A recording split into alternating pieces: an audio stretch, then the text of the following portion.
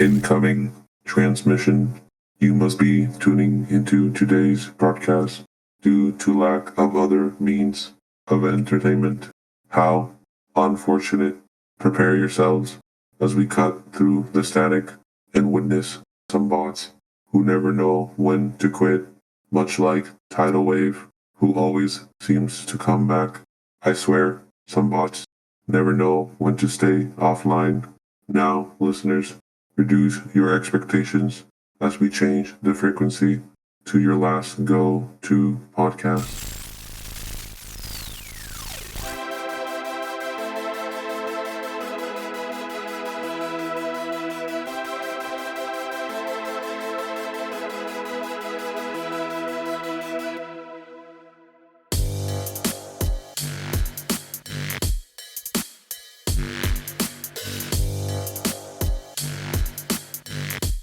Hello and welcome to the podcast. Today we are diving into Dreamwave's Energon comics, the continuation of the Armada comics. I'm Onyx Prime. With me are my wonderful, smart, intelligence, creative, and I can't do it without him, co-host.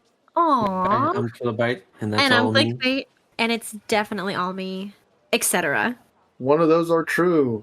Moving on with our comics discussion for today's episode takes us to Dreamwave's Energon Volume 2, issues 23 through 26.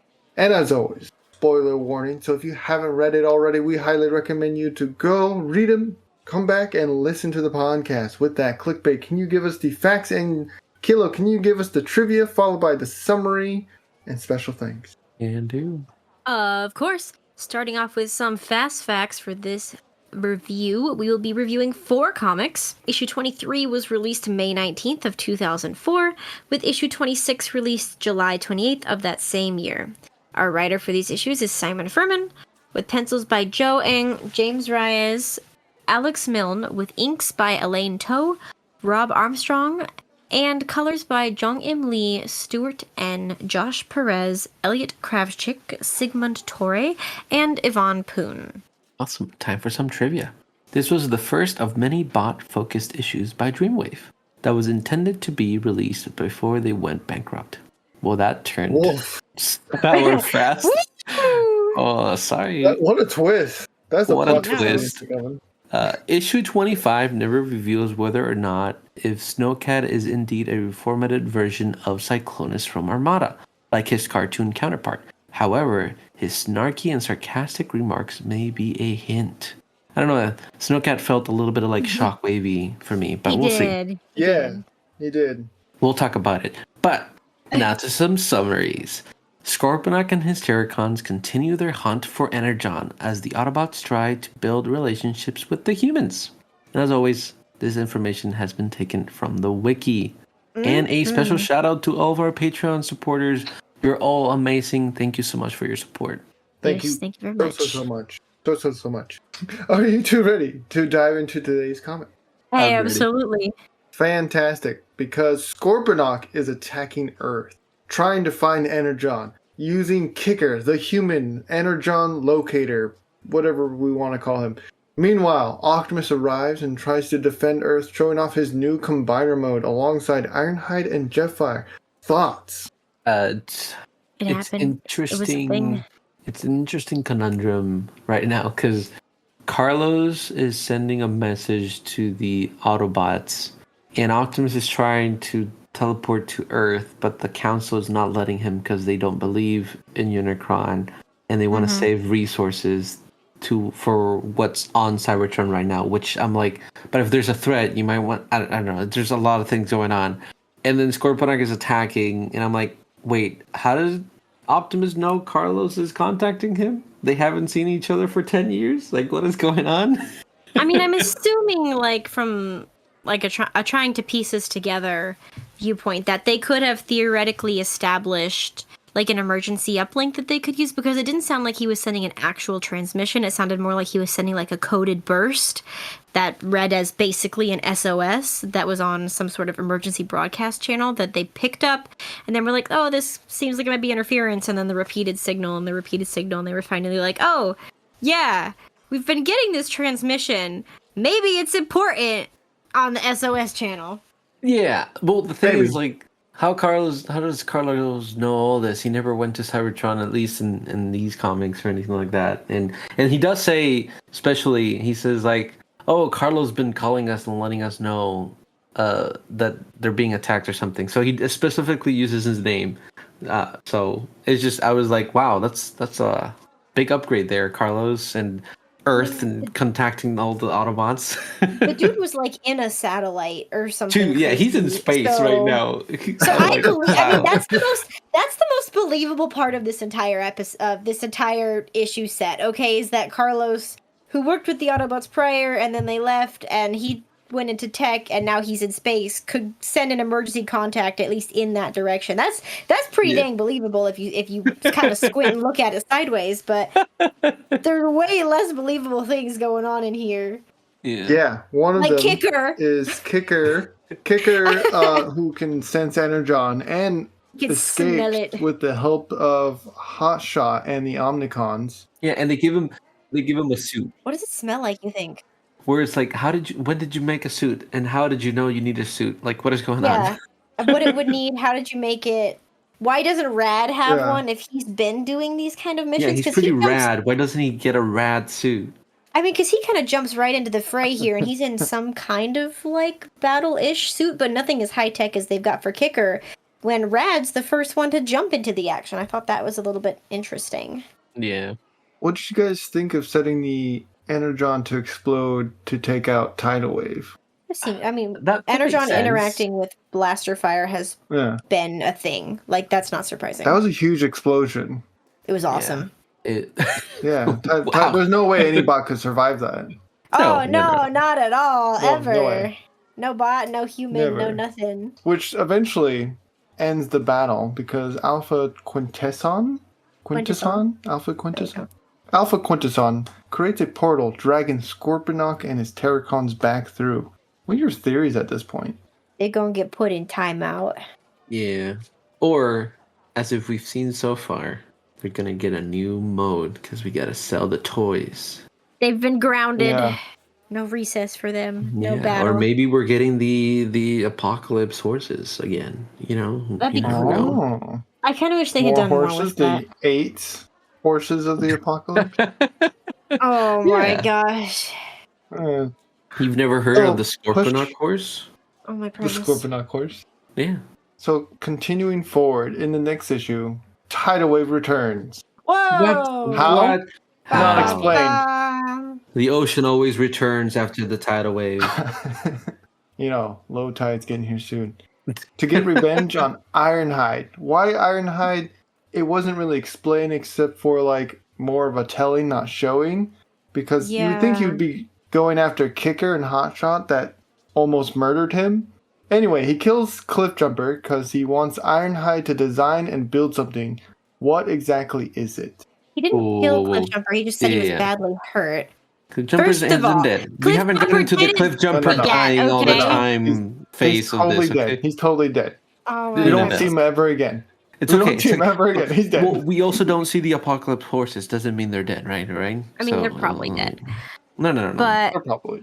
that was really interesting because I found myself writing in my notes, what happened here? This seems like a great place for them instead of just putting this random data and playing really heavily on this interaction that we don't get to see. They could have easily just played on the Autobot Decepticon relationship and been fine. But I felt kind of like I was left wanting for the exposition that they were missing in that. Okay, you've set up this big conflict, this big interaction. He kept him prisoner. He obviously, tortured and was psychologically torturing him and manipulating him throughout that imprisonment.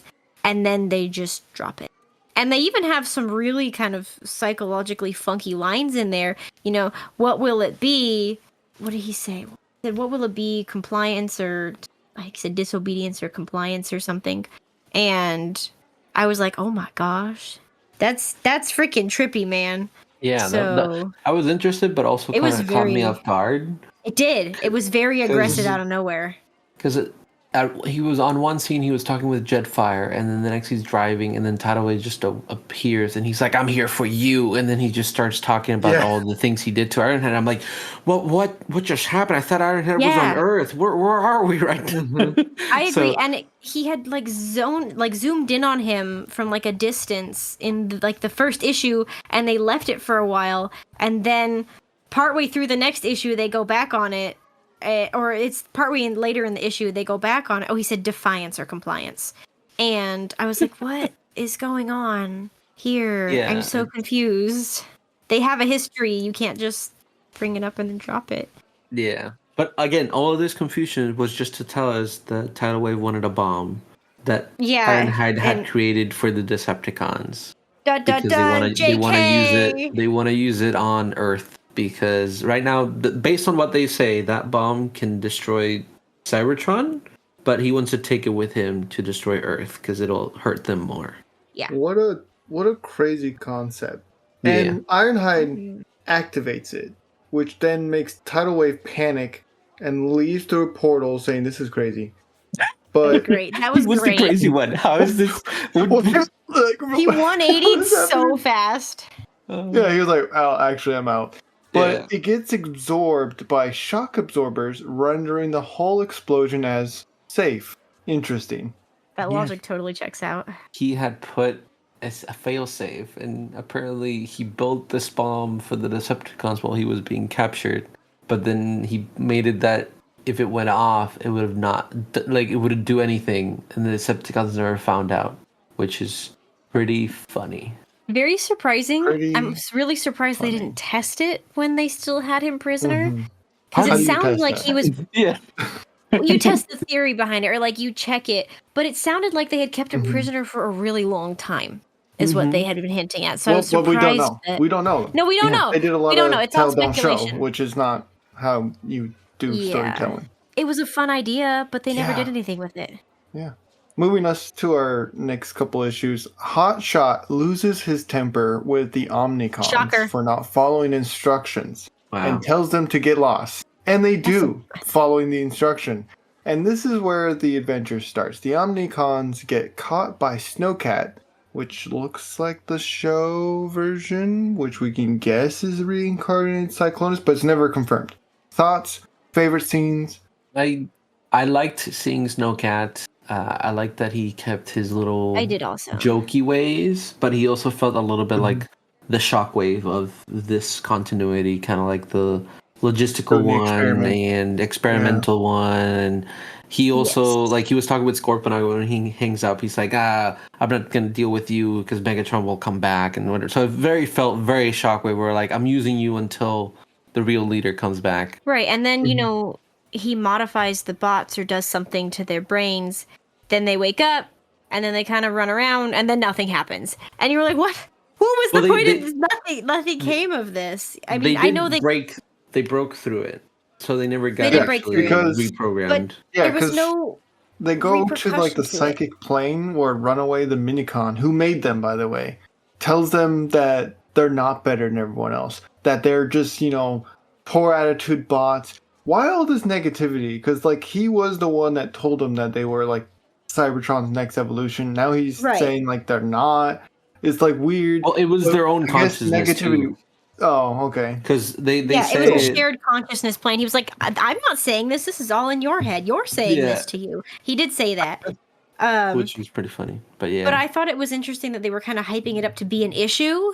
And then not only did they get out of it, but there was no actual consequence to what had happened. They just kind of chased each other around the snow for a little bit, and the Autobots showed up. I was like, we didn't even do anything with this. We didn't even explore this concept and how it would affect you if you tried to use your weapons, or if you tried to do something against Snowcat. What would have happened? I want to see what all of this psychic manipulation does as a consequence. If we're going to go the dark route, don't be like, oh, here, oh, wait, no, never mind. Oh, here's, oh, wait, no, never mind. Here you go. Oh, wait, no, never mind. I was like, oh, my goodness. They were supposed to be sleeper agents, but because they break free, they never got to that point, and they're just kind of it would have been so fun. Yeah, and they end up capturing Snowcat and then dropping it in front of Hotshot and be like, we learned to work together. And we're like, okay. That's about it. Yeah.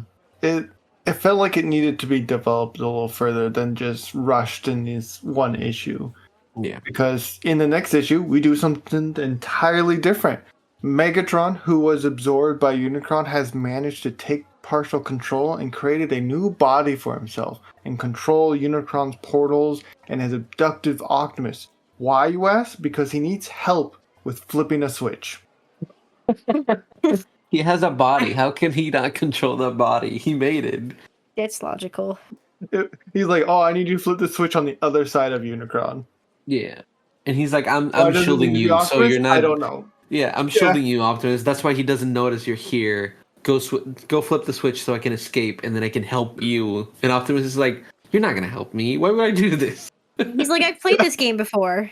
Yeah. Yeah, I don't know. It's crazy. And like his last tactic on this is like, hey, you better help me because you know what's happening right now?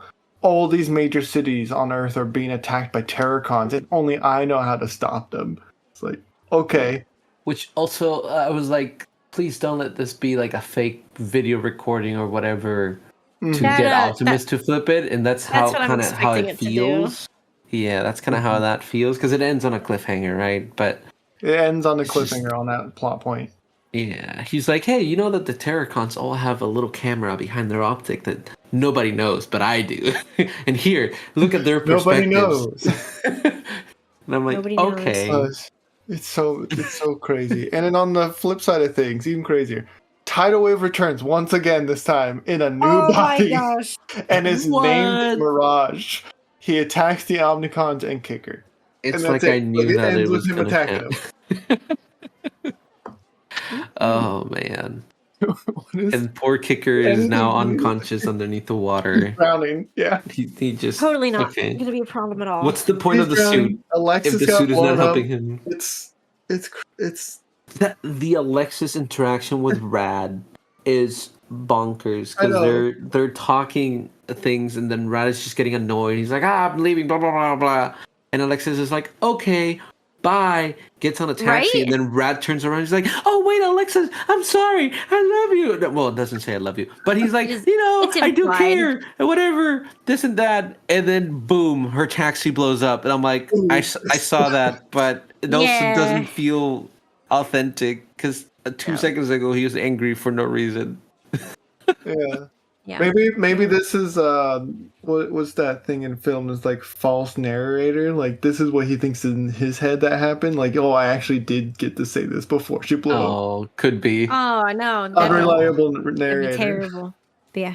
Is there anything else we want to circle back to? This volume's all over the place. Oh, my favorite scene was in the Senator chambers. Optimus is missing. Jetfire and Prowl are trying to convince the Senators to send resources to Earth. And they're like, hey, we can't do that because we still don't believe that Unicron is a real threat.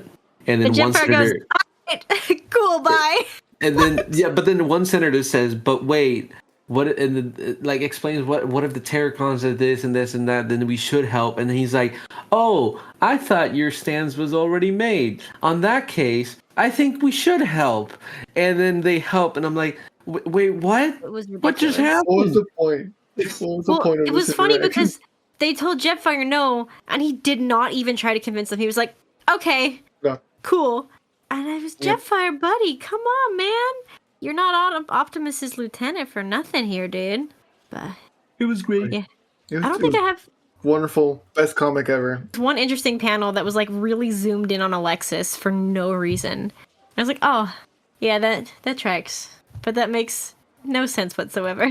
You want to take us to quick quotes? Hey, absolutely. We've got 3 quick quotes this time around. Starting with issue number 23. Oh, this is said by Optimus. And they're just battling it out. This is right after the first explosion of the Energon. And he just says, having a bad day, Scorponok? Well, let's see if I can't make it worse. Which again, very edgy for Optimus. Of course you did. You guys kind of know the game by this point. Our second one, Kilo already kind of touched on in issue 25 between Scorponok and Snowcat. When Scorponok says, sometimes when brute force fails, subtlety and subterfuge come into their own. Scorponok out. And Snowcat goes, Yeah, right. You wouldn't know subterfuge if it bit you in the afterburners. Amateur! I thought that was pretty funny. That was great. And lastly, in issue 26, it's Megatron when he's talking to Optimus, and he's trying to convince Optimus to let him out, and he's like, no, I don't want to deal with two threats at the same time. And Megatron goes, oh, Prime, you always did know how to flatter us pan-universal tyrants. And I was like, oh my god, Megatron, this is hysterical. You know, he's It trying to also didn't get that convince switch Optimus. flipped, and Optimus Yeah. needs to He's trying be to get his convinced, you know? He tried to turn on the He tried. charm, the little razzle dazzle. It didn't razzle or dazzle. It kind of fell flat, but like that soda drink that humans leave out for too long and you expect it to be fizzy and it's not, and it's oddly disappointing, but it still happened. WD-40? I think my processor shut down, and I don't know how we got to a soda that fizzes. Okay. You know what? It's okay. Let's keep clickbait talking. Rodstar rating, your first clickbait. Me? You know, I'm still gonna go with the same as last time. It's still a 2 for me because it just, so many things didn't make sense or felt very rushed, like they would do one thing and then completely go a different direction, or they would kind of tease this one thing and then just stop and go a completely different direction, and you're just kind of left wanting more. It was all right, but it just felt like there were issues missing in between. There were like someone had ripped pages out and you kind of had to piece together what was left. Killobyte. Yeah. I'm just going to give it a 1.5 because I still like the art and the designs of the characters. If not, it would be a 1 just because it just flip-flopped. Nothing really happened. A lot of like comments and the story directions. They planted it one way and then it just switched and shifted to a different way of like the whole Tidal Wave and Ironhide interaction, and then Tidal Wave just going, okay, bye, sorry, because you activated it. And I'm like, but, and then nothing happened or nothing got resolved, and didn't really move anything forward because the bomb doesn't come up again, and Tidal Wave just appears again with a new mode because they needed to. It's about merchandising. Merchandising? Is that the word? Merchandising. Yes, that's what Yogurt said. Yeah. Yogurt? Yogurt from the famous War Star Trek Stars series. Yeah. My Rodstar rating, I might go with Killobyte this time, a 1.5. The art's great. I love the designs of most of the characters. The story is so jarring though. Like it feels so splintered, and you have to like, it feels like it's missing parts that we were supposed to know about. I wonder if there's like a behind the scenes filler stuff. I know there is after volume 3, because after volume 3 they get canceled and whatnot. But it's just, I don't know. I didn't enjoy very much of this comic. It didn't feel satisfying, and it feels like whenever it would get a conclusion, it would tiptoe around it and then do it again, such as Tidal Wave. Such as or the Omnicom, senators. The senators. They're like, no, we're not going to help you. And then the one of them speaks up and says, oh, maybe this and that and whatever. And then he's like, oh, well, when you say it that way, then like, we'll help. Which felt very out of skip the place. first part. Just say, yeah. But 1.5. But listeners, what did you think of these comics? How many raw stars would you give it? Let us know by leaving a comment below. If you would like to get in contact with us, you can send us an email at swervesbarpodcast@gmail.com. That is SWERVESBAR podcast@gmail.com. Let's talk about new toys. Let's switch it up. Who went last time? I went first. Killobyte went second. Really? Who does that leave? Really? Wow. It's a mystery. Swerve has Onyx. Whoever they are, they can go first. Wow. Really? Not even gonna say my name? So I got... What? I see how it is. You know what? That's the last time I get the bill for the Energon drinks during our recording. All right, you guys get to duke it out next time. That's Just it. because you pay with my card doesn't mean you are paid. My card. That's Wow. my card that you keep and pay with. Oh, look. It says Onyx on it. Yeah, that's because you crossed out my name and wrote over it. Yeah, exactly. It's mine. No, that doesn't That's how make it Sharpies yours. work. Anyways, yes, so I got finally the Legacy United Doom and Destruction 2-pack, and it's the Bludgeon and Ruckus 2-pack that they finally sent out after all this time. They're super fun. I haven't had a chance to transform the Bludgeon yet, but I transformed his prior version that I have, and he's mostly just the Tarn recolor. But the Ruckus is cute. He's very fun. You know, they both turn into the little car and tank, and they're cute. I'm excited to display them. I like them. That's it. That's all I got to say. Kilbyte? I don't know if I mentioned that I got a Roadbuster from the Thing 30s toy line. I don't think you did. I got it all And the if you way back have- at Sidefest. Listeners, you did not hear about this. Yeah, so I've been trying to build out my records shelf. So I got a 330 Roadbuster, and I really like it. I wish his legs were a little bit more filled out. He feels kind of like he's gonna topple over. But other than that, he comes with a lot of accessories, and he has some stickers that I have not put on because I really don't want to mess with them. But other than that, he looks pretty cool, pretty accurate. So I hope they make a new Roadbuster soon. Yeah, that'd be awesome. Uh-huh. Continuing my rabbit hole of shattered glass, I also got a shattered glass Soundwave. He Oh my is goodness. not yellow at all, which was amazing. I was surprised I found one that was not yellow, with the assistance of Clickbait, by the way. He comes with 2 cassettes, Laserbeak and Ravage, and they are fantastic. I've transformed them both once and put them back, and he's got a lot of nice posable degrees. He can't press his own buttons, but, you know, it's alright. He looks good.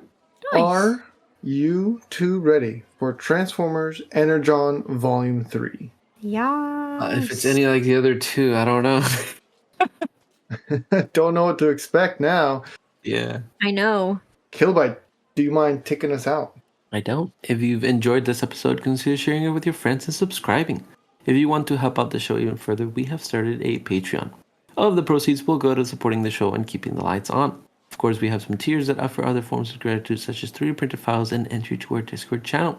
You'll even get early access to our comic review videos a week before they're publicly released, and our D&D videos.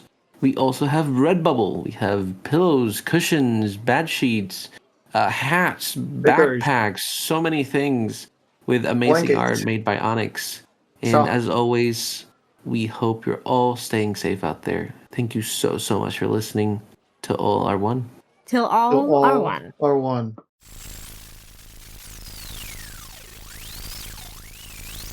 Follow us on Facebook, Instagram, and TikTok at Swerve Podcast, and even on Tumblr.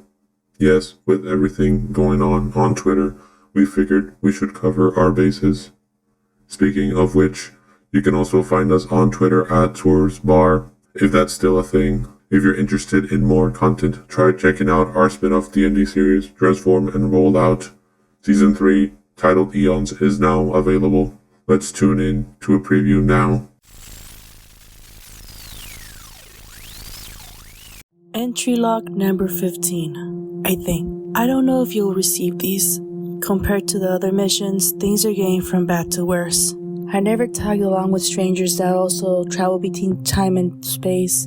I wish I could have met them in a different situation. Myself, Scorchfire, Smolder, Mantex, and the others have not given up. Something in my core tells me this journey is coming to an end soon, but I'm still holding on to hope despite our losses. Take care. Domino Fabula, signing off.